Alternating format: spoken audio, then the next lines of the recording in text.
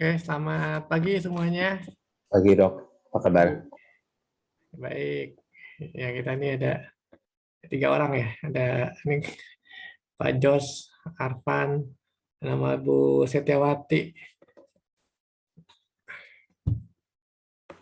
Oke, apa kita Bapak sedikit juga nggak apa-apa ya. Yang penting kan kita apa sama-sama inilah sharing-sharing lah. Yang ini saya juga apa ingin membagikan ini aja apa namanya ya pemahaman lah ya di Tiongkok tuh eh, penanganan COVID di Tiongkok itu seperti apa ya, terutama dalam pandangan TCM ya.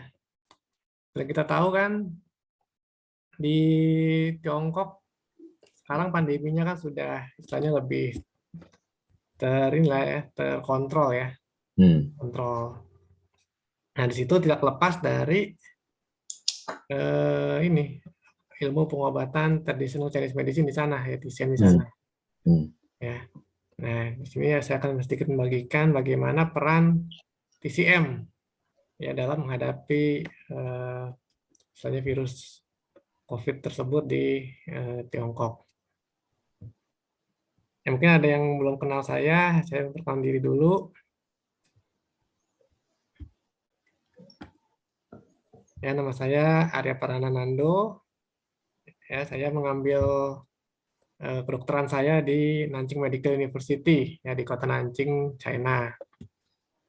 Lalu saya melanjutkan S2 saya di bidang Chinese Medicine. Ya, tepatnya di Tianjin University of Traditional Chinese Medicine di kota Tianjin, China. Ya, ya. Waduh, one day bisa ini nih ke sana kali ya. Boleh juga nih mungkin semoga kapan-kapan kalau udah nggak ada pandemi ya, pandeminya sudah Yeah. lebih baik, kita bisa Oke, thanks. berkunjung lah ke China ya, lihat-lihat kampus TCM tuh di sana gimana, Ya, bersama rumah sakit TCM juga di sana tuh gimana mereka tuh. Lalu sekarang saya ya aktif mengajar ya di Prodi D4 ya pengobatan tradisional Tiongkok di Stikes Medica ya Institut Medica Dr. Gigi Suherman di Cibinong. Lalu juga mengajar di Prodi S1 Dharma Usada di kampus Nalanda, Jakarta Timur. Oke, kita masuk ya. COVID-19 di Tiongkok dalam pandangan TCM. wis. Ya, sebelum kita masuk, ya kita tentu mesti mengenal dulu ya, apa sih ilmu TCM ini, ilmu Chinese Medicine ini. Yang perlu kita tahu, ilmu tradisional Chinese Medicine adalah ilmu yang sudah ribuan tahun ya, dari zaman dulu ya, terutama di Tiongkok nih, istilahnya ilmu TCM ini sudah menjadi suatu budaya ya, budaya sehari-hari warga atau rakyat Tiongkok dari zaman dulu. Ya, jadi bahkan istilahnya di istilah-istilah medis pun ya, istilah-istilah kedokteran barat dalam bahasa Mandarin itu tuh banyak menggunakan ya ada beberapa ya istilah-istilah TCM. Ya seperti contoh misalnya untuk organ pencernaan. Ya di China tuh masih menggunakan istilah atau bahasa Mandarin itu Piwei, ya, limpa lambung gitu. Padahal kalau kita telusuri kalau dalam kedokteran ilmu medis ya limpa kan istilahnya berbeda ya, tidak termasuk dalam organ pencernaan. Tapi kalau di China mereka masih memakai kata Piwei limpa lambung untuk menyebut penyakit atau organ pencernaan mereka. Jadi kadang-kadang mereka bisa bilang apa pencernaan nggak enak nih, jadi mereka bisa bilang Piwei-nya nggak enak gitu. Nah tentu sebagai satu ilmu pengobatan ya atau ilmu kedokteran TCM ini, Chinese Medicine, kita memiliki buku ya atau kitab rujukan ya, sama seperti ilmu kedokteran barat. Ilmu kedokteran barat kita memiliki buku ya atau textbook rujukan utama ya yang dipakai di seluruh dokter ya, dokter medis di seluruh dunia. Nah begitu pula dengan TCM ya, traditional Chinese medicine, ilmu pengobatan tradisional Tiongkok juga memiliki kitab rujukan utama yang dipakai oleh seluruh praktisi TCM di seluruh dunia. Ya, jadi bukan hanya di Tiongkok, tapi juga di dimanapun ya praktisi TCM ya, entah di Amerika, di Indonesia, ya di Eropa, di Afrika, dimanapun kalau seseorang tersebut mengaku sebagai praktisi TCM, wajib istilahnya memiliki dan mempelajari kitab ini, ya buku ini. Kitab ini adalah kitab klasik Kaisar Kuning, ya, atau dalam bahasa Mandarin disebut sebagai kitab Huang Ti Ching. Ya, kitab ini diperkirakan yang terbit sekitar ya 5.000 tahun yang lalu, ya, diperkirakan sekitar tahun 475 sampai 221 sebelum Masehi. Jadi sudah sangat lama sekali, ya, lebih dari ribuan tahun. Nah, dalam kitab ini tertulis ya banyak sekali istilahnya ilmu-ilmu kesehatan, ya, bagaimana cara hidup sehat, ya, bagaimana penyakit bisa timbul, ya, dan masih banyak lagi, ya, semuanya dijelaskan dengan detail dan lengkap dalam kitab Kaisar Kuning ini, atau Huang Ti Ching ini. Ya, kitab ini tebal banget, ya, tebal, sangat tebal, ya. Jadi mesti dibacanya itu mesti pelan-pelan. Jadi ini kitab rujukan utama, ya, oleh praktisi TCM di seluruh dunia. Nah, dalam kitab Huang Ti Ching tersebut, ya, kitab Kaisar Kuning tersebut itu dijelaskan, ya, bahwa ada namanya penyebab penyakit, ya, penyebab penyakit. Jadi kenapa seseorang tuh bisa sakit, itu ada penyebabnya, itu ada penyebabnya. Jadi nggak mungkin ujuk-ujuk sakit gitu, ya, nggak mungkin. Nah, penyebab penyakit dalam TCM itu berbeda, ya, dengan penyebab penyakit dalam ilmu kedokteran barat, ya. Jadi kalau dalam kedokteran barat, ya, penyebab penyakit yang mungkin karena ada yang virus, ya, bakteri, kuman, ya, atau karena apa namanya radiasi atau bahan kimia dan lain-lain. Nah, kalau dalam TCM agak berbeda. Ya, dalam TCM penyebab penyakit itu berada pada tadi, ya, berada pada basic theory of TCM yang memiliki sejarah panjang selama ribuan tahun. Apa saja penyebab penyakit tersebut? Secara ringkas, penyebab penyakit ada 3 macam, ya, dalam TCM. Yang pertama adalah penyebab penyakit dari luar. Ya, biasanya disebut sebagai 6 patogen, ya, 6 patogen luar. Lalu ada penyebab penyakit dari dalam, ya.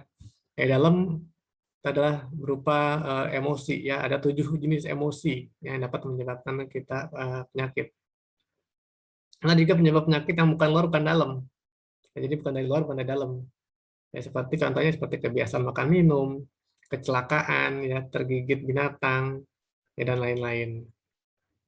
Jadi ada 3 macam penyebabnya, ada yang dari luar, ya, ada muncul dari dalam, sama seperti bukan luar, bukan dalam, ya, seperti kecelakaan tadi, kecelakaan atau tergigit dan lain-lain. Nah, ini kita akan bahas penyebab penyakit yang dari luar, ya, karena ini kan kita waktu membahas ini, ya, apa namanya, COVID. Ya, COVID kan dia dari luar, ya, virus, ya, bukan dari dalam, ya kan. Nah, namun dalam TCM penyebab penyakit dari luar itu ada 6 patogen, ya, 6 macam. Ya, ada patogen angin, dingin, panas, lembab, kering, dan api. Ya, dan 6 macam patogen luar, ya, penyebab penyakit dari luar. Nah, sebenarnya tadi, ya, apa penyebab penyakit dari luar itu, ya, yang angin, panas, dingin itu sebenarnya semuanya itu kan sesuatu yang normal, ya, perubahan musim yang normal, ya, pasti, ya, apa namanya, ada kalanya cuaca dingin, ya kan, kadang-kadang ada cuaca berangin, ya, itu kalau normal, ya, biasa aja gitu, tidak akan menyebabkan penyakit, ya, 6 faktor perubahan musim normal yang diperlukan oleh makhluk hidup. Ya, kalau dia normal, ya, harmonis, dia ada angin-angin dikit, ya kan, ada sejuk-sejuk dikit, atau enggak ada panas-panas dikit, itu normal tuh. Nah, kita namakan itu sebagai 6 qi, ya, kalau dia normal. Nah, kapan dia itu kita sebut sebagai penyakit, ya, atau penyebab penyakit? Ya, ketika terjadi ketidaknormalan, ya, atau keabnormalan perubahan dari 6 qi tersebut. Ya, ya, jadi misalnya angin tiba-tiba terlalu kencang, ya kan, angin kencang, ya kan, atau tiba-tiba dinginnya tuh apa, cuaca dinginnya tuh tidak normal, ya, terlalu ekstrim dinginnya, ya kan, atau panas, terlalu panas, ya, berlebihan. Itu berarti ada ketidaknormalan dari ini perubahan dari musiman di luar, ya. Jadi sebagai contoh misalnya kayak di negara-negara 4 musim ya, pernah ada kan kasus musim panasnya tuh sampai 40 derajat ya kan, atau berapa puluh 40 lebih derajat ya, sampai-sampai kita suka lihat di apa namanya, di foto-foto orang bisa masak telur gitu ya di jalanan gitu ya. Itu berarti kan ekstrim dia panasnya tuh. Ada juga ekstrim dingin ya kan, cuaca dingin ekstrim sampai minusnya minus puluhan ya kan, jadi istilahnya terdingin dalam sejarah ya kan. Itu berarti ada ketidaknormalan dalam musim ya, dari alam faktor luar. Saya juga ketidaknormalannya ini musim, misalnya nih harusnya musim panas ya kan, tapi ternyata berubah, dia musim panas tapi kok dingin cuacanya ya, malah bersalju ya, seperti yang kita lihat tuh dulu pernah ada di Australia ketika musim panas saat bersalju dia ya. Jadi apa orang-orang sana bilangnya tuh white summer ya, musim panas putih ya, musim panas tapi bersalju. Nah itu berarti ada anomali ya, ketidaknormalan dari cuaca ya, itu yang dapat menyebabkan penyakit. Nah selain itu juga dari faktor cuaca, chi tubuh kita ya, atau istilahnya imun tubuh kita itu juga berpengaruh ya. Jadi dalam ilmu TCM ada dikenal tuh namanya itu cengci. Ya cengci itu kita bisa bilang sebagai daya tahan tubuh ya, bahasa umumnya. Ya, jadi ketika daya tahan tubuh kita lemah, maka akan mudah terkena istilahnya terserang penyakit dari perubahan cuaca yang tidak normal tersebut. Ya, sehingga tubuh tidak mampu beradaptasi.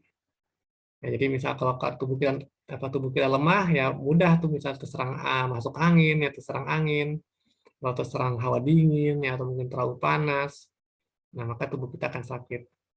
Yang jadi seperti gampangnya misalnya kalau kita sakit kan kita jadi lebih sensitif ya, kalau kita sakit kan.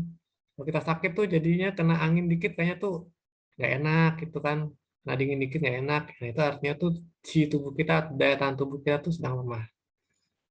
Jadi ada dua faktor ya yang menyebabkan kita sakit. Ya pertama dari ketidaknormalan cuaca di luar ya, 6 C di luar tadi, ya 6 patogen luar, dan dibarengi dengan daya tahan tubuh kita yang sedang lemah, ya maka tubuh tidak mau beradaptasi, akan kita jadi sakit.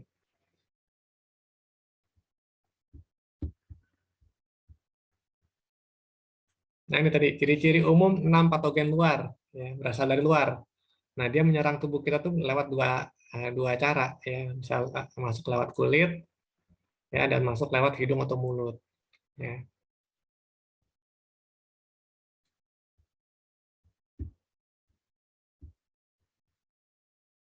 Nah, si 6 jenis patogen luar ini, dia tuh bisa menyerang tubuh itu bisa sendiri-sendiri ya, sendiri-sendiri. Kayak misalnya kena masuk angin doang ya kan, atau enggak kena dingin doang, ya atau kena lembab doang gitu ya. Namun bisa juga menyerang dengan bergabung ya dengan faktor lain. Ya, jadi bisa angin dan dingin ya masuk ke tubuh. Bisa angin dan panas, angin panas ya. Bisa ini su dan lembab ya, istilahnya panas nih, panas kemarau dan lembab. Bisa juga tiga langsung untuk masuk ke tubuh kita ya, bisa kena angin dingin lembab yang menyerang tubuh kita. Ya, jadi bisa bergabung dia tuh ya, bisa bergabung dengan faktor lain. Ya ada angin dingin, angin panas, lembab, su, angin dingin lembab ya bisa menyerang tubuh kita ya ketika tubuh kita lemah daya tahan tubuhnya. Nah, bagaimana dengan virus corona ini ya, virus COVID ini?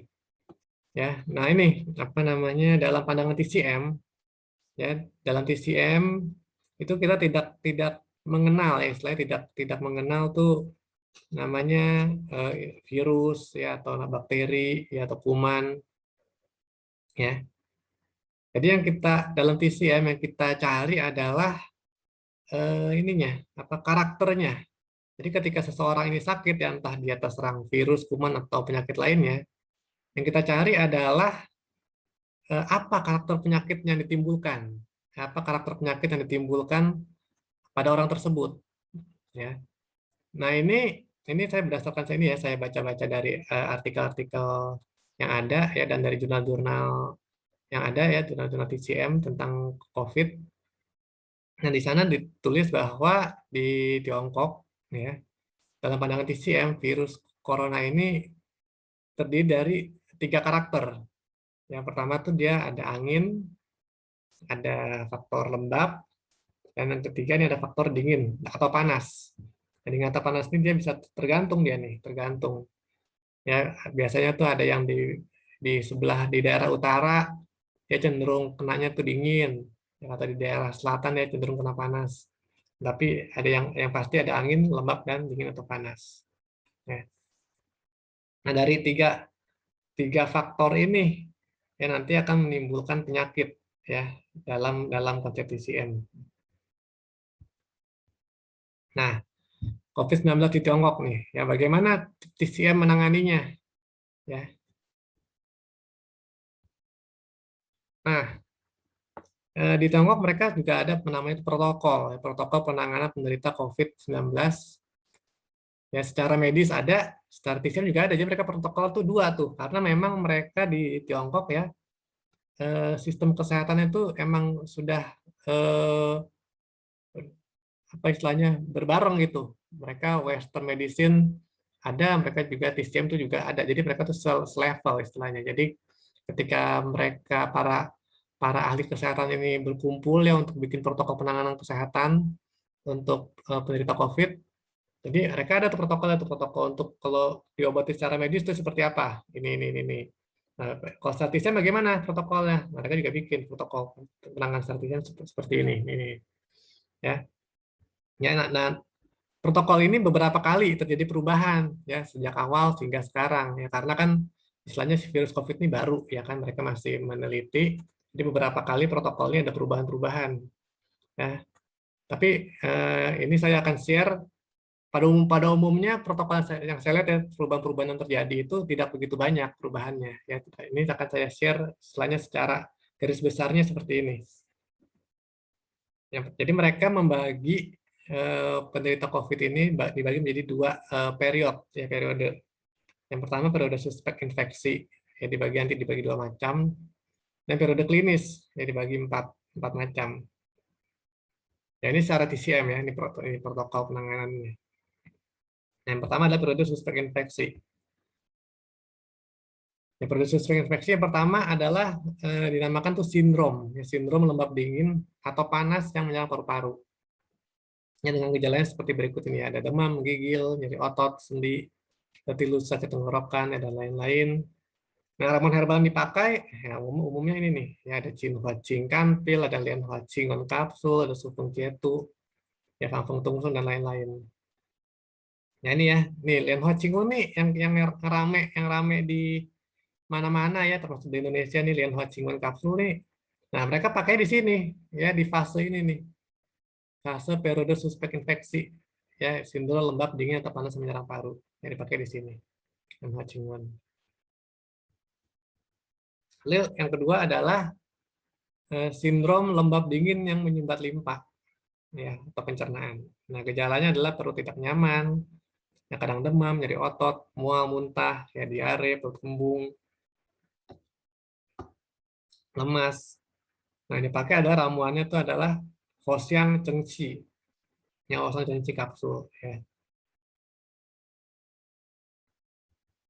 Nah, lalu berikutnya ada namanya itu periode klinis. Ya, tadi periode suspek. Suspek itu artinya orang ini belum tahu ya ini beneran COVID apa enggak, jadi masih perkiraan. Nah, kalau ada periode klinis, artinya sudah terkonfirmasi ini dia menderita COVID. Nah, periode klinis pun dibagi menjadi 4 fase. Ya, tadi yang pertama ini adalah fase awal ya, fase awal. Yaitu dinamakan sindrom lembab dingin tertahan di paru-paru. Ya, nah, ini gejalanya ada kadang demam, batuk kering, rasa pahit di mulut, tenggorokan kering, lemas, dada sesak, ya, dan lain-lain. Ramuan herbal ini nih ya, ramuan herbalnya ada cangcu, centi, hopo, ya 10 gram, hosan 10 gram. Dan ini adalah nama-nama herbal di TCM ya di China, ya pakai bahasa Mandarin. Ya, mungkin kalau di Indonesia apa namanya ya mungkin kayak jahe lah berapa gram ya, kencur berapa gram, temulawak berapa gram ya. Ini pakai bahasa Mandarin ya, cangcu, centi, hopo, ya ini herbal-herbal yang ada komposisinya. Lalu fase awal yang kedua ya jenis yang kedua adalah sindrom lembab panas terkumpul di paru-paru. Ya, gejalanya ada antara lain demam rendah, ya, atau tidak demam, sedikit menggigil, lemas, ya, badannya terasa berat, ya, otot pegal nyeri, batuk kering, sedikit dahak, sedikit tenggorokan, dan lain-lain. Nah, ramuan herbalnya ini ya, ada pinglang 10 gram, cauko 10 gram, popo 10 gram, ya, cemu 10 gram, ya, dan lain-lain. Ya, banyak. Lalu berikutnya ada fase pertengahan, ya, jadi mulai agak berat ini gejalanya. Itu ada sindrom racun lembab yang tertahan di paru-paru.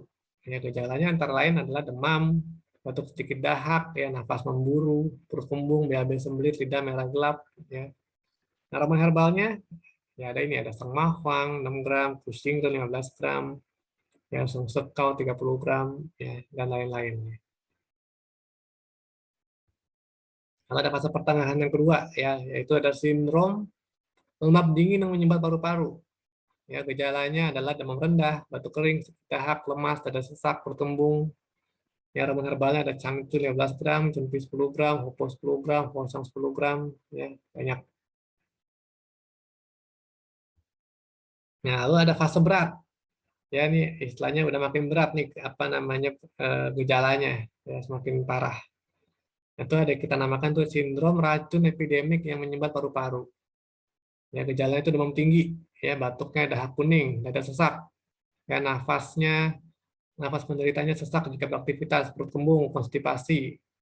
Ya, ramuan herbalnya ini ada singren, sungsekau, kualo, sengtawang, ya, dan lain-lain.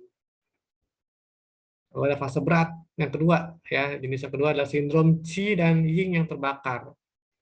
Ya, gejalanya dan antara lain demam tinggi, gelisah, haus, sesak nafas, murus, sulit berbicara, jiwa lesu.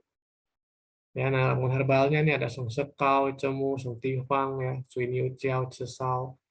Ya, bisa juga pakai injeksi, ya, herbal injeksi yang suntik.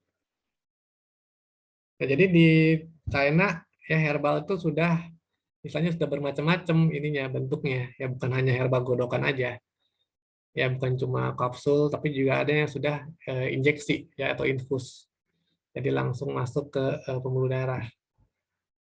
Ya, di sana bisa pakai injeksi sitanping, injeksi sepiceng, injeksi retuning, dan lain-lain. Ya, biasanya pakai injeksi herbal nih kalau untuk kasus-kasus yang sudah parah, yang sudah berat. Lalu ini fase kritis, ya, fase kritis, ya, sindrom sumbatan internal yang menyebabkan kolaps. Ya, ini gejalanya antara lain seperti kesulitan bernafas, ya, dyspnea, nafas tercekik, ya, tidak sadarkan diri, gusar, berkeringat, kaki tangan dingin. Ya, ini kita suka lihat ya di apa namanya di berita-beritanya orang yang kena misalnya penderita COVID yang udah kritis, ya, udah susah nafas, ya, pakai nafasan buatan.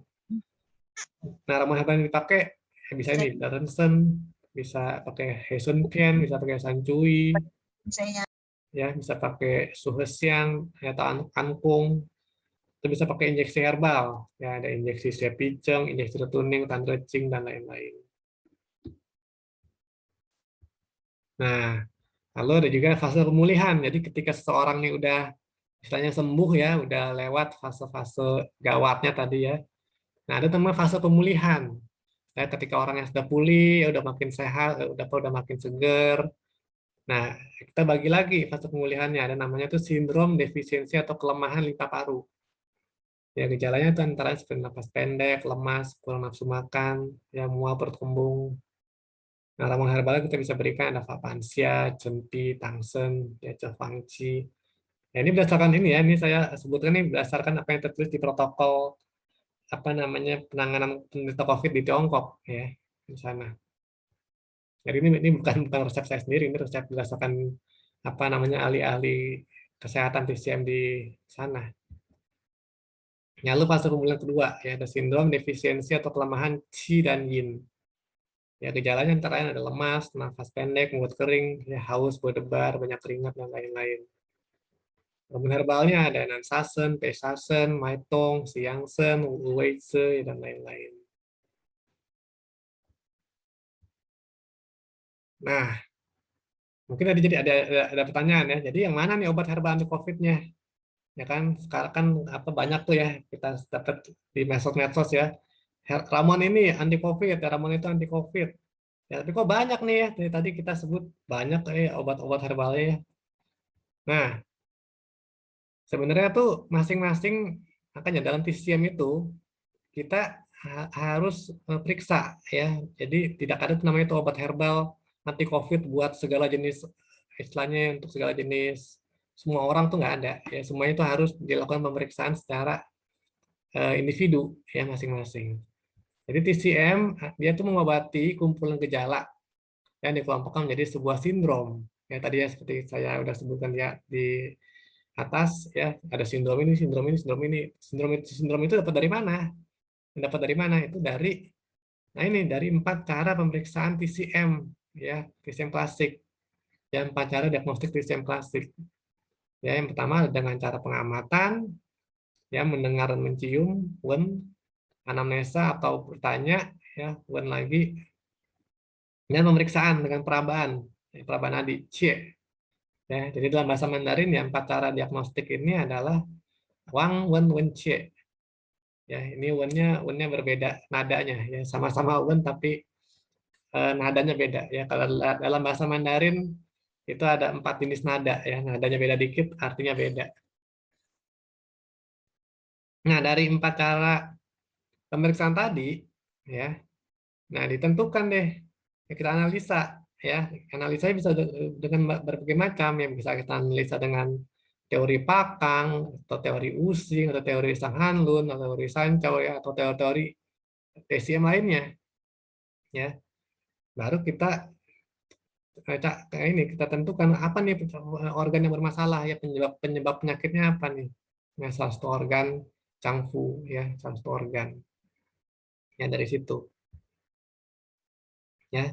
Jadi dalam TCM ya, itu semua tuh harus dilakukan adalah diagnosisnya dulu apa ya, diagnosis secara individu ya, diagnosis individual dulu, baru kita bisa berikan alat terapinya ya atau resepnya. Jadi tidak boleh terbalik ya, nggak boleh terbalik prosesnya ya.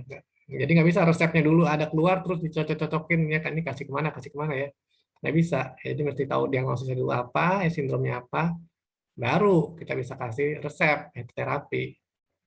Ya, hal ini sudah tertulis ya di kitab Fountain Aging ya, kitab-kitab rujukan TCM ya, kayak Yellow Emperor of Common Medicine, dikatakan bahwa salah praktisi kedokteran TCM ya harus atau mampu menemukan diagnosis yang tepat ya.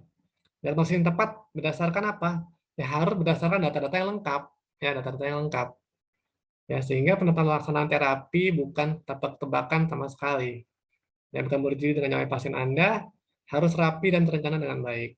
Ya, jadi ini ya harus ketemu diagnosisnya dulu apa, baru kita bisa berikan resepnya atau alat terapinya. Ya, diagnosis tepat bagaimana? Ya harus dengar dari data-data yang lengkap. Ya, kita nggak bisa cuma cuma dari satu atau dua keluhan tuh nggak bisa. Ya, cuma dari batuk aja kasih apa yang nggak bisa. Batuknya kita mesti lengkap data-datanya. Ya, kadang-kadang batuk pun bisa macam-macam ya. Batuk karena apa? Ya, batuk karena angin atau batuk karena panas, batuk karena apa, macam-macam, banyak sekali penyebabnya. Jadi kita pasti kalau kita salah kasih obat gimana, makin parah kan apa, jadi nggak baik ya. Nah, lalu bagaimana Tiongkok tuh menghadapi pandemi virus COVID-19 ini? Nah, di Tiongkok ini mereka berkolaborasi ya, kolaborasi harmonis antara Western Medicine dan Chinese Medicine atau TCM ya. Jadi mereka tuh kerja bareng. Ya, bahkan ini salah satu menterinya mengatakan ya, so there are no specific drugs ya in fight against COVID-19 pandemic. Ya, but traditional Chinese medicine (TCM) treatment has achieved ya remarkable results in containing the epidemic. Ya, jadi dia bilang ya, sampai saat ini tidak ada sebenarnya obat yang spesifik ya benar-benar tuh bisa ampuh untuk membunuh si, istilahnya mengatasi virus COVID-19 ini. Ya, tapi dengan TCM ya kita dapat mendapatkan hasil yang sangat bagus ya dalam mengatasi epidemi atau virus ini. Saya bilang gitu. Ya, ini bisa dibaca lebih lengkapnya di website ini ya. TCM plus Vitaro in the fight against the COVID-19 pandemic.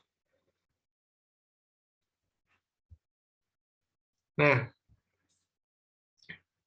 ciri khas TCM adalah ya kalau di Tiongkok ya, di Tiongkok ini jadi masing-masing itu antara Western medicine dengan TCM itu mereka masing-masing punya istilahnya punya role-nya ya, punya apa namanya bagiannya masing-masing ya. Jadi kalau di Tiongkok tuh TCM ini adalah dia itu lebih ke eh, fase pencegahan dan fase pemulihan. Ya, jadi TCM bertugas untuk mengobati saat penyakit masih dini ya, masih awal-awal ya, masih masih gejala masih baru-baru ya, ini TCM masuk di sana ya untuk supaya penyakitnya nggak semakin parah ya. Lalu yang kedua adalah TCM membantu pemulihan sehabis terserang penyakit. Ya tadi ya, makanya tadi ada fase pemulihan. Jadi ketika seseorang itu sudah apa sembuh, istilahnya lewat dari fase-fase kritisnya, ya ketika dia mulai pulih, ya TCM masuk di sana ya untuk memperbaiki kualitas tubuhnya, ya, kualitas organ tubuhnya. Ya.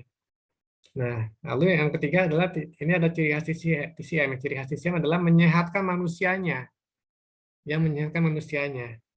Ya, jadi kalau tadi kita lihat ya, dari tadi kita lihat di protokol penanganannya tadi ya, di sindrom-sindromnya tadi, itu dalam TCM itu sama sekali tidak ada urusannya sama si virus. Ya, jadi nggak ada tuh apa namanya obat herbal pembunuh virus, herbal antivirus, antibiotik itu nggak ada. Ya kalau tadi kita lihat semuanya itu adalah dalam TCM kita menitik beratkan pada manusianya. Ya manusianya apa nih yang terjadi dengan manusianya nih? Ya kan penyakit sindrom apa nih yang ada dalam tubuhnya? Ya apakah dalam tubuhnya ada lembab, apakah tubuhnya ada dingin, ada panas, atau ada yang lain? Ya, dan TCM memperbaiki itu ya sehingga ketika tubuhnya sehat, ya organ tubuh si manusia itu sehat, maka secara tidak langsung penyakit-penyakitnya pun juga akan pergi ya ketika tubuh sehat ya penyakit pun tidak akan muncul.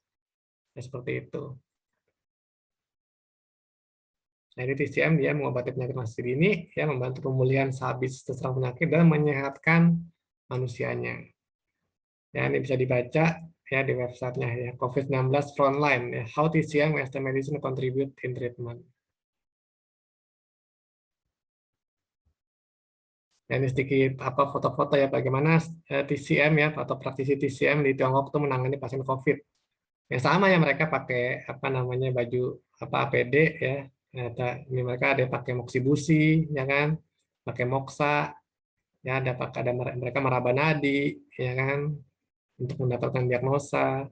Ya, ada juga dengan akupuntur seperti itu ya. Ya, ini sebagai penutup ya ada istilahnya kata-kata ya dari kitab Huang Tinecing ya kitab Kaisar Kuning ya di kitab itu ada mengatakan bahwa kunci ya the key to mastering health ya kunci untuk istilahnya merawat kesehatan adalah untuk menjaga keseimbangan yin dan yang pada tubuh kita ya. Jika yin dan yang itu seimbang maka akan sehat, tapi jika yin dan yang itu terganggu ya disrupted maka itu seperti kita melewati suatu tahun ya dengan musim semi tapi tanpa musim dingin atau musim dingin tapi tanpa musim panas ya. Jadi nggak seimbang itu ya, nggak ada apa musimnya hilang satu kalau nggak ada musimnya itu berarti itu nggak sehat ya, alam berarti nggak sehat. Jadi, ya seperti itu ya. Terima kasih atas waktunya. Mungkin jika ada yang ingin bertanya silakan, atau ada yang ingin sharing-sharing juga silakan. Terima Ya, kasih. terima kasih Dr. Arya. Aduh, ini saya sangat terima kasih sekali nih bisa mengikuti apa sharing sendiri nih. Aduh, sangat-sangat terima kasih. Ya, saya cuma mau, by the way, saya Jos ya dari Bali. Saya sekarang serta belajar di Nalanda ya tahun kedua. Sebelumnya saya juga pernah baca juga TCM, tapi dari keluarga lah ya, dari keluarga, dari adik, dari ayah. Saya juga udah jadi 6 tahun terakhir ini memang my lifestyle itu memang mengikuti TCM lah. Jadi sudah menjauhi dari segala obat-obat itu sudah nggak pernah lagi. Dan memang TCM itu yang memang apa namanya itu menjadi pegangan saya hidup saya ini. Saya mau bertanya, Dr. Arya. Jadi,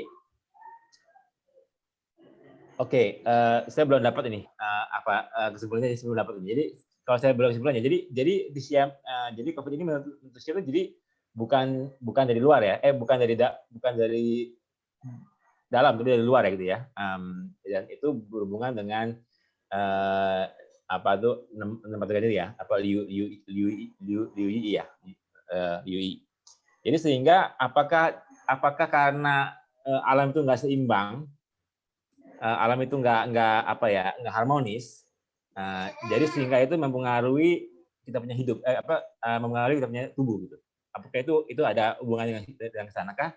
Jadi sehingga kita punya imun tubuh itu nggak kuat gitu ya, terganggu yin yang-nya, sehingga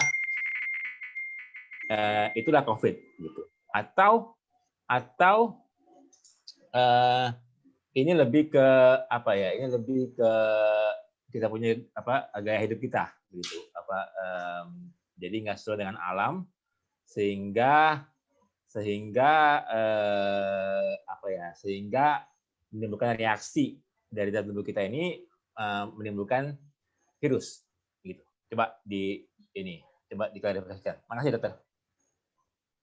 Ya, terima kasih Pak Jos atas pertanyaannya.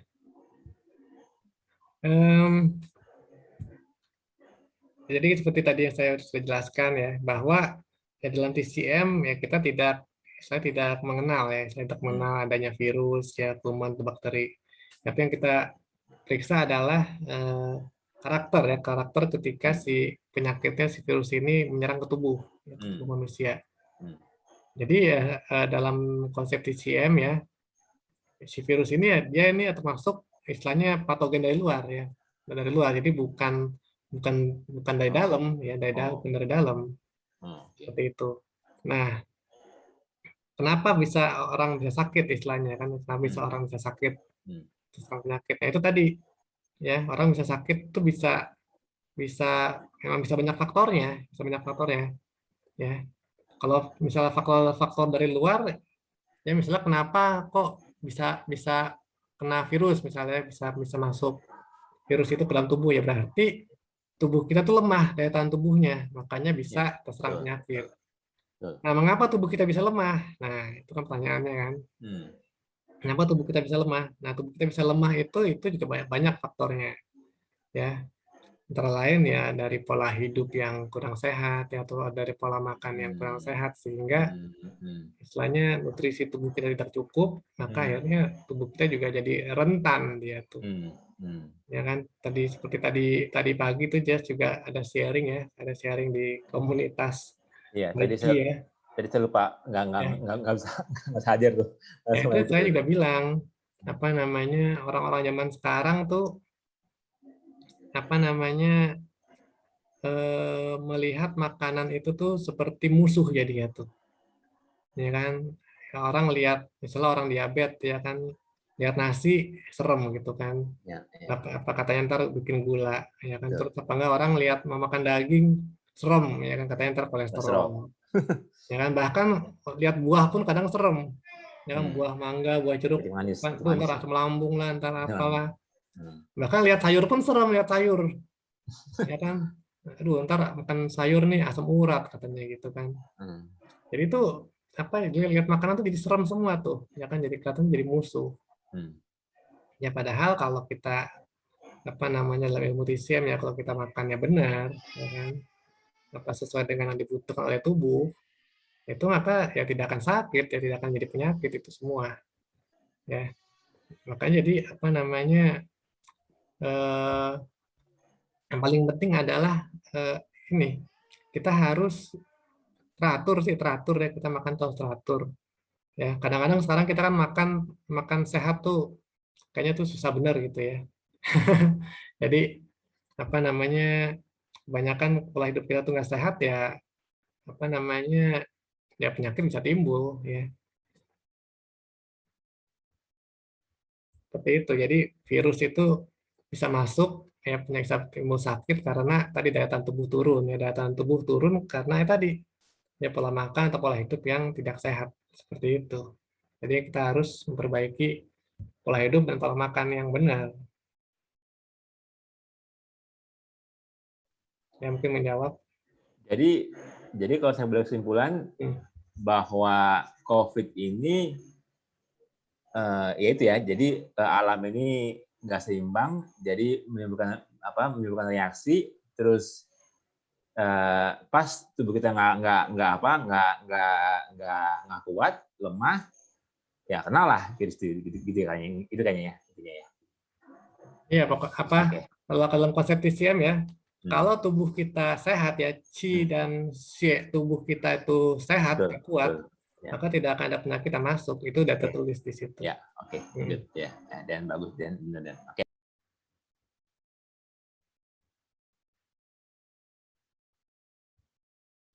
Oke, mungkin ada lagi yang ingin bertanya. Oh, satu lagi dokter, satu lagi. Ya. Saya juga ya berapa kali sih ke Tiongkok memangnya, ke Tiongkok karena kan saya punya adik kan memang sekolah sana ya dulu ya di Beijing Beijing apa namanya itu Akademi bukan? Iya, Beijing tradition ya Chungyi itu ya. Jadi saya pernah sana. Nah di sana juga banyak yang belum percaya ya dokter ya akan TCM ini ya. Jadi memang nggak semua orang Chinese itu memang percaya ya TCM ini. Terus jadi yang saya ada jadi gini, bagaimana apakah TCM ini sudah menjadi gaya hidup kah? Jadi sudah blended ke kehidupan yang sehari-hari kah? Atau ini masih sekedar ya info aja gitu? Sekedar tahu ini, tapi mereka belum jalankan. Coba bisa di-sharing nggak, dokter? Ini, thank you. Ya, terima kasih. Ya memang sebenarnya tadi seperti saya bilang di awal ya, TCM ini sebenarnya itu sudah menjadi budaya ya, budaya sehari-hari rakyat Tiongkok di sana tuh sudah lama ya, udah bertahun-tahun tuh emang seperti itu. Ya seperti mereka tuh makan harus makan, misalnya musim dingin biasanya makan apa, ya kan musim panas makan apa, ya kan kadang kalau habis melahirkan makan apa. Itu sebenarnya tuh sudah menjadi, mereka kadang-kadang nggak tahu tuh kenapa ya, tapi udah turun temurun seperti itu, dan itu emang sesuai dengan konsep TCM. Ya cuma memang seiring berjalannya waktu ya, apalagi ketika ilmu-ilmu modern semakin banyak ya, ilmu-ilmu modern masuk, nah itu ya istilahnya semakin ditinggalkan istilahnya budaya-budaya TCM tersebut ya kan. Tapi memang masih ada ya sebagian orang yang masih menggunakan ya atau mempraktekkan ilmu TCM itu dalam kehidupan sehari-hari ya, tapi ada juga yang memang sudah istilahnya meninggalkan ya istilahnya budaya TCM-nya itu. Thank you. Ya, sama-sama.